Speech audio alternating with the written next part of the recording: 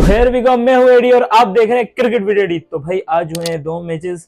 दोनों मैचेस के ऊपर मैं आज डिटेल वाइज एनालिसिस करूंगा, लेकिन साथ ही साथ हम बात करेंगे बाबर आजम के बारे में और उनके लॉयल फैंस के बारे में। कुछ तारीखी अल्फाज कहेंगे। ये सारी बातें मैं आपसे इसी वीडियो में डिस्कस करूंगा, तो वीडियो यहीं से शुरू करते हैं। तो भाई मैचेस के एनालिसिस के ऊपर तो हम बाद में बात करेंगे, पहले हम बात करेंगे किंग बाबर आजम ने जो इनिंग खेल ली है। आज जो बाबर आजम ने इनिंग खेली है वो अपने लिए नहीं खेली, ना ही उसने पेशावर ज़ल्मी के लिए खेली। अगर आज बाबर आजम ने ये सेंचुरी की है तो वो की है अपने उस लॉयल फैंस के लिए, मेरे लिए, आपके लिए, उन तमाम लॉयल फैंस के लिए जिन्होंने बाबर आजम को उनके डाउनफॉल में, इतने ज्यादा डाउनफॉल में उनको सपोर्ट किया, उनके लिए बातें सुनी। मैं अपनी पर्सनली बातें बताऊंगा कि जब बाबर आजम फेल हो रहा था, जब वो डाउनफॉल था, उसके ऊपर इतना प्रेशर था, जब वो डाउनफॉल में गया हुआ था, तब जब भी बाबर आजम आउट होता था, तब मेरे पास व्हाट्सएप में एक मैसेज नहीं 10 मैसेज आ रहे होते थे कि भाई क्या किया तेरे किंग ने, आज क्या किया तेरे किंग ने, हाँ भाई अब क्या किया तेरे किंग ने, हाँ भाई अब क्या किया तेरे किंग ने। तो वो वक्त झेला हुआ है मैंने। अब सब बात करेंगे कि नॉर्मल सेंचुरी है, कोयटा के खिलाफ सेंचुरी हुई है, पीएसएल में सेंचुरी है, क्या इसके ऊपर इतना शोर कर। लेकिन नहीं, आपने अगर आज बाबर आजम की इनिंग देखी है तो आपको पता चल गया हो कि ये कोई नॉर्मल सेंचुरी नहीं है। आज जो बाबर आजम ने सेंचुरी की है उसने आज बता दिया है कि मैं हूं बाबर आजम, मैं हूं बाबर आजम, मैं हूं किंग बाबर आजम। आपसे मैं एक ही चीज पूछना चाहूंगा, क्यों इस प्लेयर के साथ इतना कुछ किया गया है?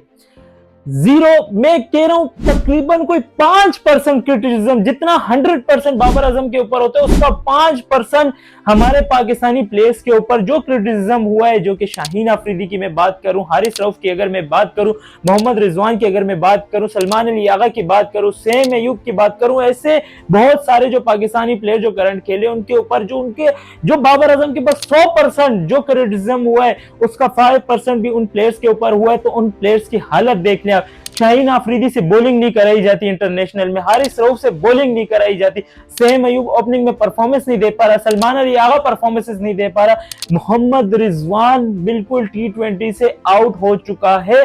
लेकिन उस क्रिटिसिज्म में इतना ज्यादा क्रिटिसिज्म हुआ है बाबर आजम के ऊपर, इसको T20 की टीम से ड्रॉप कर दिया गया, इसको T20 का बेटर नहीं कहा गया, इसको कैप्टनसी से हटाया गया, इसको वापसी कैप्टन लाया गया, इसको फिर कैप्टनसी से हटाया गया, इसकी परफॉर्मेंस किसके ऊपर जज किया गया, इसके नंबर चेंज कर दिए गए, इसमें से 1 डाउन भेज दिया गया, 1 डाउन से इसको तकरीबन कोई 4th पोजीशन पे भेज दिया गया, इसको फिर दूसरे बैटर से बाद में भेजा गया, जो हमारे यंगस्टर थे उनको पहले भेजा गया, इसको बाद में भेजा गया, इसको पावर प्ले में परफॉर्मेंस के चांसेस नहीं दिए गए, इसको 12 ओवर के बाद चांस नहीं दिए गए, इसके साथ इतना कुछ हुआ, इसको बेंच पे बिठाया गया, इसको ड्रॉप किया गया, इसको वर्ल्ड कप से ड्रॉप किया गया, इसको ओडीआई की टीम से ड्रॉप किया। इसके साथ इतना कुछ होने के बाद भी अगर आज बाबर आजम ने सेंचुरी मारी है तो उसने आज अपने लिए नहीं मारी, उसने आज हमारे लिए मारी है।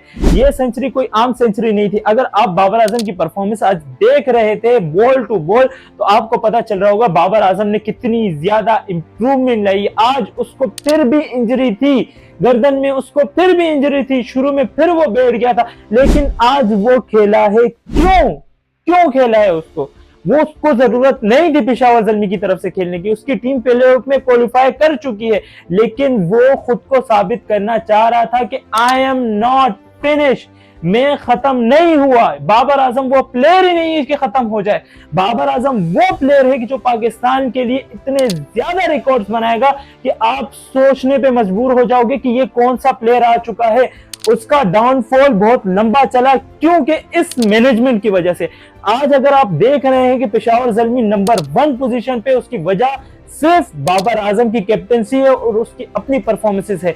अगर आप पेशावर ज़ल्मी जैसी टीम बना के दे दें बाबर आजम को उसकी कैप्टनसी के अंडर, तो वो आपको ऐसे हजारों वर्ल्ड कप जिता के दे सकता है।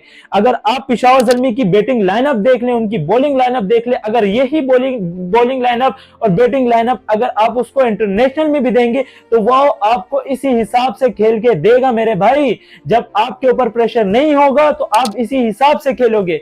मैं आज सल्यूट पेश करता हूं उस जवानों को, उन फैंस को जिन्होंने बाबर आजम को इतने बुरे परफॉर्मेंसेस पे, इतनी ज्यादा डाउनफॉल पे, जहां पे हर कोई लान तान कर रहा था, मैं नहीं मानता जो आज सब बैठ के अगर बाबर आजम की आज तारीफ करेंगे, उन सब ने बाबर आजम को इतना ज्यादा क्रिटिसाइज किया, इतना ज्यादा क्रिटिसाइज किया कि बाबर आजम बिल्कुल मतलब खत्म हो चुके थे। आपने अगर इंटरनेशनल में बाबर आजम को अभी रिसेंटली जो T20 वर्ल्ड कप हुआ है उसमें अगर बाबर आजम को देखा होगा तो आपको पता चला होगा कि ये वो बाबर आजम था ही नहीं जिसने इतने ज्यादा रिकॉर्ड्स बनाए हुए थे, इतने ज्यादा रिकॉर्ड्स तोड़े हुए थे।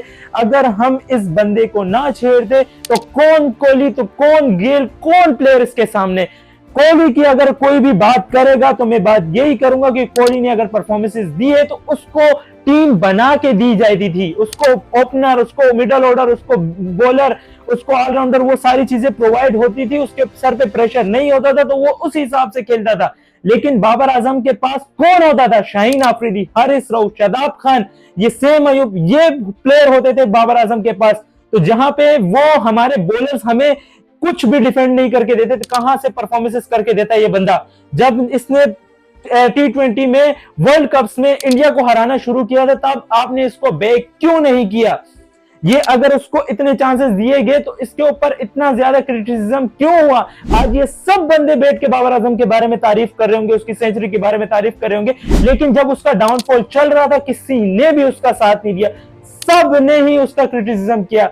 हम लोग बैठे हुए होते थे, हम लोग सुन रहे होते थे, हम चुपचाप बैठे हुए होते थे। आप भी चुपचाप बैठे हुए होगे अगर बाबर आजम के लॉयल फैन होगे। आपने कभी यहां से भी सुना होगा, वहां से भी सुना होगा, आपने बस मुंह से कह दिया होगा हाँ यार बाबर ने आज अच्छा नहीं खेला, लेकिन दिल में आपको इतना ज्यादा दुख हुआ होगा। मैं मान सकता हूं इस बात को, क्योंकि मैं भी लॉयल फैन हूं बाबर आजम का, मैं भी लॉयल फैन हूं बाबर आजम का, मैं भी लॉयल फैन हूं किंग बाबर आजम का। तो मेरी ये सारी जो दिल की बात है मैं इस चीज के लिए रख के बैठा, मतलब हमारे पाकिस्तान में यही चीज है कि हमने किसी को भी नहीं बढ़ने देना। हमारे जो लेजेंड्स बैठ के ये बातें कर रहे होते उन्होंने अपने पूरे करियर में कुछ नहीं उखाड़ा जितना इस बंदे ने 2-3-4 साल के अंदर अंदर कर दिया था। अगर बाबर आजम के रिकॉर्ड्स के ऊपर बात की जाए तो वो बाबर आजम के 3-4 साल के अंदर जो उसने रिकॉर्ड्स बनाए वो सारे रिकॉर्ड्स थे। लेकिन जब बाबर आजम के ऊपर साल 1.5 साल डाउनफॉल आया तो सब भी उसके पीछे इतना पड़ गए कि वो इंसान है, उसके ऊपर होना था। जब आपके ऊपर इतना ज्यादा प्रेशर होता है तो आपसे हैंडल नहीं होता, बाबर आजम से भी हैंडल नहीं हुआ और उसको ऐसी टीम बना दी गई जिसमें शाहीन जैसे सेल्फिश प्लेयर, जिसमें शादाब जैसे सेल्फिश प्लेयर, जिसमें हारिस रऊफ जैसे टेपिया बॉलर्स, जिसमें सेम अयूब जैसे टुल्ला बॉलर बैट्समैन, मतलब ये सारे अगर आपको एक ही टीम के अंदर मिले जो कि सेल्फिश हो, जो कि खुद के लिए खेले, जो कि ग्रुपिंग करे, तो अकेला बाबर आजम कुछ भी नहीं कर सकता। आपको सलाम है मेरे भाई अगर बाबर आजम को आपने उस डाउनफॉल में सपोर्ट किया। आज बाबर आजम ने 52 बॉलों पे सेंचुरी रन बना के सबके मुंह बंद कर दिए।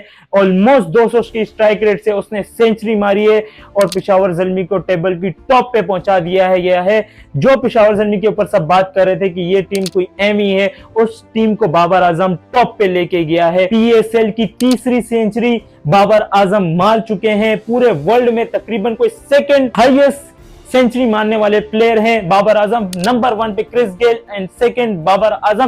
तो कैसे मैं उसको गोट ना बोलूं, कैसे मैं उसको किंग ना बोलूं, मुझे बताओ। जब जिस बंदे के पास इतने रिकॉर्ड्स हो तो कैसे आप कह सकते हो कि वो T20 का प्लेयर नहीं है? मुझे इस चीज का जवाब चाहिए। जिसने इतने ज्यादा रिकॉर्ड्स तोड़े हो वो कैसे T20 का बेटर नहीं है? मुझे इस चीज का जवाब चाहिए। आज बाबर आजम ने हम सबके दिल खुश कर दिए, मेरे आपके हम सबके दिल खुश कर दिए। तो मेरी तरफ से बाबर आजम के लिए सिर्फ एक लफ्ज, लव यू बॉबी भाई and thank you so much. तो भाई मैंने अगर और बातें की तो मैं और ज्यादा इमोशनल हो जाऊंगा, तो हम ऐसा करते हैं कि शुरू से शुरू करते हैं, मैचेस के ऊपर पूरा एनालिसिस करते हैं। तो भाई पहले हम बात करेंगे पेशावर ज़ल्मी वर्सेस कोयटा ग्लैडिएटर के दरमियान जो मैच हुआ उसके बारे में हम बात करेंगे। तो भाई कोयटा ग्लैडिएटर ने टॉस जीतकर पहले बॉलिंग का फैसला किया और बैटिंग पकड़ा दी पेशावर ज़ल्मी को। पेशावर ज़ल्मी की तरफ से ओपनिंग में आए हैं मोहम्मद हारिस और बाबर आजम। मोहम्मद हारिस ने 6 बॉलों पे 16 रन बनाए, तकरीबन 1 चौका और 2 छक्के मारे। शुरू से अच्छा टच दिया और मैं शुरू से यही कहता हूं कि हारिस इसी चीज़ के लिए मशहूर है, शुरू में अच्छा खासा स्टार्ट दे देता है और जो कि उसने दिया। हम हारिस को इसी कैलिबर का बंदा समझते हैं और वो उसी हिसाब से प्रूफ करके दिखाया जा रहा है। उसके बाद बाबर आजम, इतनी बड़ी स्पीच दे दी मैं बाबर आजम के बारे में, तो कुछ एक दो चीज़ें जो मुझे कहनी है। 52 बॉलों पे 100 रन, 6 चौके और 4 छक्के, यॉर्कर्स के ऊपर भी छक्के मारे थे। मतलब जो आउटस्टैंडिंग इनिंग खेली, आप अगर हाइलाइट्स में देखेंगे तो मैं मानता हूं कि आप सालों साल ये हाइलाइट्स देखते रहेंगे। और तकरीबन 0 डॉट बॉल खेली अपनी 50 के अंदर और 1 डॉट बॉल खेली अपनी पूरी सेंचुरी के अंदर। अगर आप उसका रनिंग बिटवीन द विकेट देख लें, आप जिस हिसाब से वो रन बल सिंगल को डबल में कन्वर्ट कर रहे थे और जो शानदार इनिंग खेली है बाबर आजम ने, उसकी तो मैं पूरी तारीफ कर चुका हूँ। बहुत अच्छा खेले बाबर आजम। लेकिन उसके साथ साथ कुसाल मेंडिस 44 बॉल्स 83 रन्स, 10 चौके और 3 छक्के। बाबर आजम और कुसाल मेंडिस के दरमियान तकरीबन आज फिर 135 रन की पार्टनरशिपिंग हुई है। मतलब ये दोनों कौन से प्लेयर है, क्या है यार, मतलब इनके अंदर इतनी ज्यादा कोऑर्डिनेशन है कि मतलब दोनों ही आउट नहीं होते यार। जो कुछ भी करा लो, जो कुछ भी करो, सामने कौन से इब्रार अहमद, उस्मान तारिक, जहानदाद खान, अलजारी जोसेफ, मतलब किसी को भी कुछ भी नहीं समझ रहे थे यार। आउट ही नहीं हो रहे, इतना लंबा खेले, माशाल्लाह माशाल्लाह, अल्लाह नजरे बद से बचाए। किस हिसाब से इनिंग खेल रहे थे यार ये दोनों। देर उसके बाद फरहान यूसुफ को आज जल्दी भेजा गया। 8 बॉलों पे 19 रन, 2 चौके और 1 छक्का। उनकी पोजीशन ही यही है, लेकिन फिर भी आज जिस हिसाब से इनिंग चल रही थी, मुझे लगा कि शायद फरहान यूसुफ को ना भेजा जाए, क्योंकि एंड में शॉट्स ही मारने थे, 2-4 ओवर के रह गए थे। लेकिन फरहान यूसुफ को भेजा गया और उसने अच्छा खासा टचअप दे दिया पेशावर ज़ल्मी को। 10 बॉलों पे 26 रन बनाए। एरन हार्डी 3 छक्के मारे, मतलब नीचे से अच्छा खासा कैमियो खेल के वो पेशावर ज़ल्मी को तकरीबन कोई 255 रन का हदफ तक लेके पेशावर ज़ल्मी को, और 256 रन का टारगेट दे दिया गया कोयटा ग्लैडिएटर को। इस टारगेट के बाद तो हर कोई हार मान लेता है, तो कोयटा ग्लैडिएटर कैसे ना मानते। मतलब बाबर आजम भी नॉट आउट और एरन हार्डी भी नॉट आउट। बाबर आजम तो लास्ट बॉल पे हमें हार्ट अटैक ही दे रहे थे। मैंने बोला यार आज तो सेंचुरी बनती है, और वो मेरे बॉय ने लास्ट बॉल पे डबल लेके सेंचुरी बना दी। देन उसके बाद अगर हम बात करें कोयटा की बॉलिंग की, तो किसी ने भी उस हिसाब से नहीं खेला। 1 विकेट लिया अलजारी जोसेफ ने तो 59 रन खाए, 1 ही विकेट ली है इब्रार अहमद ने तो 44 रन खाए, तो 1 ही विकेट लिए उस्मान तारिक ने तो 50 रन खाए। मतलब किसी से भी उस हिसाब से बॉलिंग नहीं हुई कोयटा ग्लैडिएटर की तरफ से। बैटिंग की अगर मैं बात करूं तो शमाल हुसैन ने आज 18 बॉलों पे 21 रन बनाए, 1 चौका और 1 छक्का मारा। मतलब यार इतना बड़ा टारगेट है तो इस हिसाब से क्यों खेल रहे हो यार। मतलब मान सकता हूं कि ये टारगेट चेजेबल नहीं था, लेकिन अगर आईपीएल में आप अगर देख लो तो इतना बड़ा टारगेट होता है तो उनके जो यंगस्टर होते हैं ना, वो ही आगे फ्रंट से लीड करते हैं। लेकिन हमारे यंगस्टर्स देख लो यार, फिर ये कहते हैं कि हमारे साथ ज्यादतियां हो रही, हमें पाकिस्तान क्रिकेट टीम में नहीं लाया जाता। तो ऐसी कोई इनिंग खेलो ना, इस टाइम पे आपकी जरूरत थी, इस टाइम पे चाहिए था कि ऐसी कोई इनिंग खेलो, तो जाके आपके ऊपर मतलब नजरें आती है। अगर आप अच्छी इनिंग खेलते, आज ऊपर से अच्छा खासा स्टार्ट देते, तो कैसे नजर ना पड़ती आपके ऊपर। डिसअपॉइंट के शमाल हुसैन ने, सऊद शकील ने तो 10 बॉलों पे तकरीबन कोई 12 रन बनाए, 1 चौका और 1 छक्का मारा। इसके ऊपर बात नहीं होना चाहिए, जिसने इसको कैप्टन बनाया और टीम में लेके आए उसके ऊपर बात होनी चाहिए। मतलब टेस्ट ओडीआई प्लेयर को अगर आप एज अ कैप्टन बना दोगे तो वो इस हिसाब की इनिंग खेलेगा यार। रायली रूसो आज 0 पे आउट हो गए। मतलब यार एक अच्छी इनिंग खेलोगे तो दूसरी इनिंग में आप लाजमी है फ्लॉप ही रहोगे, कुछ समझ नहीं आ रहा। देन उसके बाद हसन नवाज ने 6 बॉलों पे 5 रन बना दिए। मतलब पिछली इनिंग जिसने अच्छी खेली तो नेक्स्ट इनिंग में आपने ऐसे ही खेलना है। आप अगर पाकिस्तान की टीम से आना है तो ऐसी इनिंग खेलनी पड़ेगी इस मौकों पर, ताकि आपके ऊपर ज्यादा से ज्यादा मौके हैं, आपको ज्यादा से ज्यादा देखा जाए। डिसअपॉइंट हसन नवाज। देन उसके बाद चंदीमल ने तकरीबन कोई 8 बॉलों पे 19 रन बनाए, 1 चौका और 2 छक्के मारे हैं। जेकब्स ने तकरीबन 27 बॉलों पे 34 रन बनाए, 1 चौका और 3 छक्के मारे। मतलब यार इतने बड़े टोटल के सामने इस हिसाब से इनिंग्स खेले तो कहां से जीतोगे भाई। मतलब यहाँ पे किसी ने भी उस हिसाब से नहीं खेले, और वहां पे कोयटा ग्लैडिएटर 137 रन पे ऑल आउट हो जाती तकरीबन कोई 18 ओवर के अंदर अंदर, और 118 रन के मार्जिन से पेशावर ज़ल्मी ये मैच जीत जाती है। मतलब इतना बड़ा मार्जिन यार, पेशावर ज़ल्मी किसी के हाथ में ही नहीं आ रही। मैं कंफर्म लिख रहा हूँ, ये कब किसी का भी नहीं, ये सिर्फ और सिर्फ पेशावर ज़ल्मी के, क्योंकि बाबर आजम जिस हिसाब से खेल रहे, उसके टीममेट्स जिस हिसाब से खेल रहे, मतलब उनके बॉलर्स ऑलराउंडर सभी उस हिसाब से खेल रहे, ये कप पीएसएल का पेशावर ज़ल्मी के अलावा किसी के पास नहीं जा रहा। बॉलिंग की अगर मैं बात करूं, मोहम्मद बासित ने तकरीबन कोई 3 विकेटें ली, 26 रन देके 4 ओवर के अंदर अंदर। लोग बातें कर रहे थे कि यार हमारे बांग्लादेशी प्लेयर चले जाएंगे, कौन रिप्लेसमेंट होगा। देखो यार, रिप्लेसमेंट हमारे पाकिस्तान में टैलेंट बैठा हुआ, लेकिन किसी की नजर नहीं पड़ रही। मोहम्मद बासित ने बहुत अच्छी बॉलिंग की, साथ में अली रजा ने 3.1 ओवर्स के अंदर 9 रन दिए हैं और 3 विकेट ले गए हैं। 9 रन देके 3 विकेट, एंड में जाके टेल एंडर्स की 2 विकेटें ली, लेकिन एक विकेट जो हसन नवाज के लिए वो भी कमाल की थी, लेकिन सिर्फ 9 रन देके, ये भी देखो सिर्फ 9 रन देके, तो देख कह सकते हो कि कितनी कमाल बॉलिंग की है अली रजा ने। बेसवेल ने 1 विकेट लिए तकरीबन 24 रन देके। सुफियान मुकीम ने 4 ओवर में 34 रन और 1 विकेट, मतलब विकेट लेस तो सुफियान मुकीम कभी नहीं जाता। ये है ट्रू टैलेंट। एरन हार्डी ने 2 विकेट लिए, 2 ओवर के अंदर अंदर 11 रन देखे, तो यहाँ पे पूरा खत्म होता है फर्स्ट मैच, जो कि पेशावर ज़ल्मी वन साइडेडली जीत जाती है। मतलब इतने बड़े टोटल के बाद तो कम से कम थोड़ा सा तो चाहिए था कि कोयटा ग्लेडिएटर फाइट करे, लेकिन उन्होंने कुछ भी नहीं किया। दोपहर को मैच हुआ कराची किंग वर्सेस मुल्तान सुल्तान के दरमियान। कराची किंग ने टॉस जीतकर पहले बॉलिंग का फैसला किया और बैटिंग पकड़ा दी मुल्तान सुल्तान को। मुल्तान सुल्तान की तरफ से आज साहिबजादा फरहान नहीं खेले, उनकी जगह खेले अवेश जफर। साहिबजादा फरहान को तकरीबन कोई इंजरी हुई है, बैक की कोई इंजरी हुई है, तो इस वजह से आज वो नहीं खेले। होप वो ठीक हो जाए और नेक्स्ट मैच में हमें अवेलेबल हो, क्योंकि वो पाकिस्तान के सुपरस्टार है। अवेश जफर आए, तकरीबन 27 बॉलों पे 36 रन बनाए, 5 चौके और 1 छक्का मारे। शुरू में मतलब अच्छा खेले थे, लेकिन एंड में जाके स्ट्रगल करना शुरू कर दिया। 0 पे आउट हो गए आज स्टीव स्मिथ। मतलब अगर आज साहिबजादा फरहान नहीं खेले, स्टीव स्मिथ नहीं आज जल्दी आउट हो गए, तो यहाँ पे तो कमबैक करना चाहिए था कराची किंग को, लेकिन वहां से नीचे से जिस हिसाब से खेला गया तो कराची किंग तो दूर दूर तक नजर नहीं आई। देन उसके बाद जॉर्ज फिलिप्स ने तकरीबन 23 बॉलों पे 44 रन, 5 चौके और 2 छक्के। मतलब यार अगर दूसरी बेस्ट टीम में कहूंगा इस पीएसएल में तो वो मुल्तान सुल्तान है, उसके अलावा कोई नहीं है।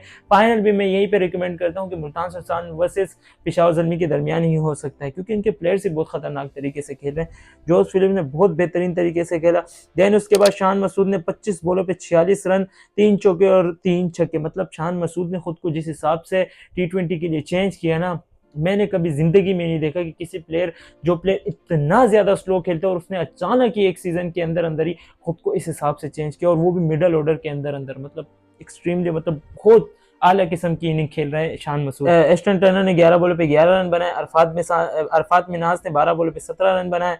मोहम्मद नवाज ने 12 बॉलों पे 12 रन बनाए। 8 बॉलों पे 26 रन बनाए। रंधावा ने एंड से अच्छा खासा टचअप दिया है रंधावा ने, मतलब जो रही गई कसर थी वो रंधावा ने नीचे से आके पूरी कर दी, और मुल्तान सुल्तान ने 20 ओवर के अंदर अंदर 207 रन बना दिया और 208 रन का टारगेट दे दिया कराची किंग को। मतलब बहुत शानदार बैटिंग हुई है यहाँ पे मुल्तान सुल्तान की तरफ से, और मुझे यही तवक्को थी मुल्तान सुल्तान की तरफ से कि वो इसी हिसाब से खेलेगी। बॉलिंग की अगर बात की जाए तो खुशदिल शाह ने बहुत अच्छी बॉलिंग की। 4 ओवर में 35 रन दिए और 3 विकेट ले गए। हसन अली ने 51 रन खाए, लेकिन 1 विकेट ले गए। मतलब बहुत ज्यादा स्कोर खाए हसन अली ने आज यार, बहुत ज्यादा पिटे। एडम जंपा ने 37 रन खाए और 1 विकेट लिए। थोड़ी बहुत बेहतर बॉलिंग कह सकता हूँ एडम जंपा की। मोइन अली ने 30 रन दिए 4 ओवर के अंदर और 2 विकेट ले गए। मतलब मोइन अली ने भी आज कराची किंग की तरफ से अच्छी बॉलिंग की है। मतलब यहाँ पे खत्म होती है मुल्तान सुल्तान की बैटिंग और यहाँ से शुरू होती है कराची किंग की बैटिंग। कराची किंग की तरफ से आज ओपनिंग पेयर पे आते हैं साद बेग और जेसन रॉय। मतलब आज फिर वार्नर नहीं खेलते हैं, क्योंकि वार्नर को इंजरी है बैक में। और भेजो यार इसको, और भेजो, टूर पे भेजो, घर भेजो, एक हफ्ते के लिए घर भेजो, वापसी आएगा तो इसी हिसाब से होगा ना। मतलब क्या यार, इतनी अच्छी जब स्टार्ट मिला हुआ था कराची किंग को, लगातार ऐसे हार रही, तो मैं तो डिसअपॉइंट हूँ कराची किंग से। मतलब टूर्नामेंट का मजा खत्म किया हुआ इसने पे कराची किंग ने। सात बेग 15 बॉलों पे 21 रन 4 चौके। मतलब आप इतना बड़े टोटल के सामने इस हिसाब से खेलोगे यार, एक्सट्रीमली डिसअपॉइंट सात बेग। अगर हमारे यंगस्टर इस हिसाब से खेल रहे हैं तो बहुत ज्यादा डिसअपॉइंट है मेरी तरफ से यार। जेसन रॉय ने 9 बॉलों पे 16 रन बनाए, 2 चौके और 1 छक्का। मतलब पिछली इनिंग में अच्छा खेले, लेकिन इस इनिंग में उस हिसाब का नहीं खेल पाए जेसन रॉय। सलमान अली आगा 5 बॉलों पे 2 रन। मैंने आपसे शुरू में ही कहा था कि मतलब सलमान यार के ऊपर थोड़ा सा प्रेशर आया और वो बिल्कुल किसी हिसाब से नहीं खेल पा रहा।